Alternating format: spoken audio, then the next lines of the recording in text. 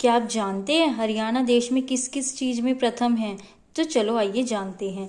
सबसे पहले वृद्धावस्था पेंशन योजना की शुरुआत भी हरियाणा राज्य से की गई। स्वास्थ्य आपके द्वार कार्यक्रम योजना की शुरुआत भी हरियाणा राज्य से ही की गई। खुम्बी मशरूम के उत्पादन में भी हरियाणा का देश में प्रथम स्थान है। ऐतिहासिक युद्ध स्थल की दृष्टि से भी हरियाणा देश में अग्रणी राज्यों में आता है। देश में सबसे पहले ज़्यादा ट्रैक्टरों का निर्माण भी हरियाणा राज्य में ही होता है। देश में सबसे पहले सैनिक ITI की स्थापना भी हरियाणा राज्य में ही की गई थी।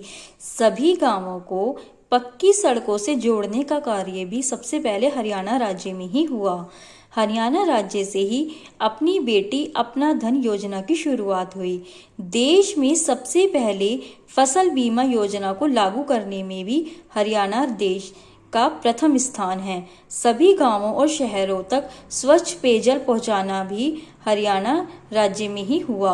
लड़कियों को स्नातक की सामान्य तथा तकनीकी शिक्षा निःशुल्क प्रदान करने में भी हरियाणा देश के अग्रणी राज्यों में आता है।